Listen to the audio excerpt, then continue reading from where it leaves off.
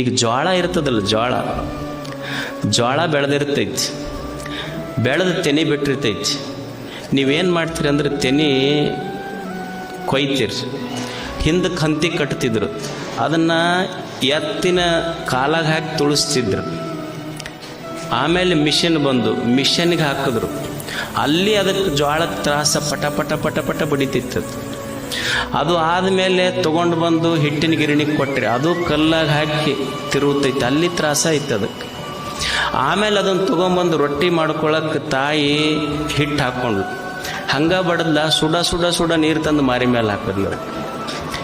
ಮತ್ತು ಹಂಗೆ ಬಿಟ್ಲ, ನಾದದ್ಲ, ಅದನ್ನು ನಾದಿ ಹಾಕ್ಕೊಂಡು ಮಾರಿ ಮಾರಿ ಮಾರಿ ಮಾರಿ ರಪ ರಪ ರಪ ಬಡದ್ಲು ಪಾಪ. ಅವಾಗೂ ತ್ರಾಸ ಐತೆ. ಅಷ್ಟಕ್ಕೆ ಬಿಟ್ರೆ ಸುಡ ಸುಡ ಸುಡ ಹಂಚಿನ ಮೇಲೆ ಒಯ್ದು ಹಾಕ್ತಿರ್ಲ. ಅದು ಇಷ್ಟು ತ್ರಾಸ ಪಟ್ಟದ ಜೋಳದ ಕಾಳು. ಕೊನೆಗೆ ತಾಯಿ ಒಂದು ತಣ್ಣೀರಾಗ ಒಂದಿಷ್ಟು ಅರ್ಬಿ ಎದ್ದು ಪ್ರೀತಿಯಿಂದ ಒಂದಿಷ್ಟು ಮಾರಿ ಮೇಲೆ ಇಷ್ಟು ಕೈ ಆಡಿಸಿದ್ರೆ ಬುರ ಬುರ ಬರ ಉಬ್ಬಿಡ್ತೈತೆ ರೊಟ್ಟಿ. ಹಂಗೆ ಸಮಾಜದೊಳಗೆ ಎಷ್ಟೇ ನೋವು, ಸಂಘರ್ಷಗಳು, ಅಪಮಾನಗಳು, ನಿಂದೆಗಳು ಬಂದಾಗ್ಯೂ ಸಹಿತ ವ್ಯಕ್ತಿಯ ಜೀವನದ ಒಂದು ಹಂತದಲ್ಲಿ ಸಮಾಜ ಅವನಿಗೆ ಗುರುತಿಸ್ತು ಅಂದ್ರೆ ಸ್ವಲ್ಪ ರೊಟ್ಟಿ ಅಷ್ಟು ಸಂತೋಷ ಅನಿಸ್ತೈತೆ ಅಷ್ಟ. ಅದನ್ನು ಹೇಳೋದು. Download ShareChat.